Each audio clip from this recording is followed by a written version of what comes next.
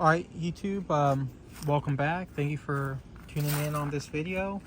And today I will be, I need some help with my 1995 Geo Metro.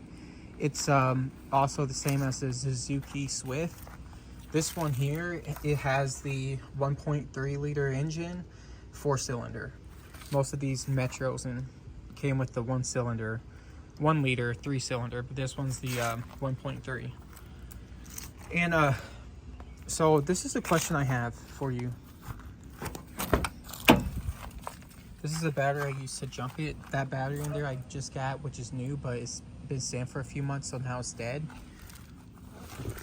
But here, I ordered a brand new coil pack, which it broke off here, but it still works, and I used the old one.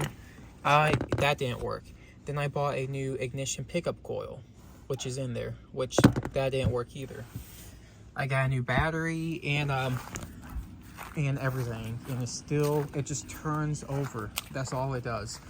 Now, someone told me in the back of the engine here by the intake,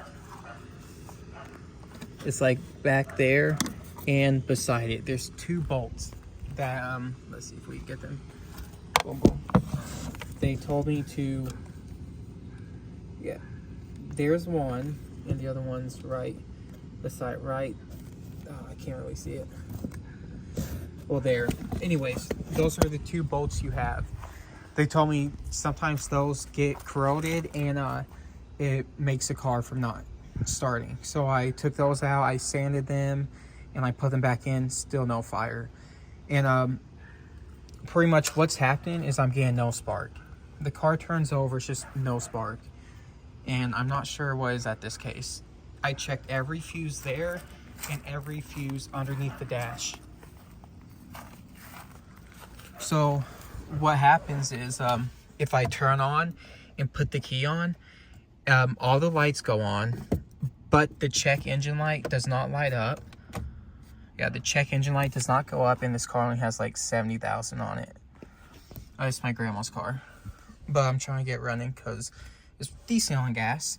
And so anyways, the check engine light doesn't go on. And normally when you have the car on the on position, all your dash lights should light up, but the check engine light doesn't. So let me know what you guys think it is, and feel free to help.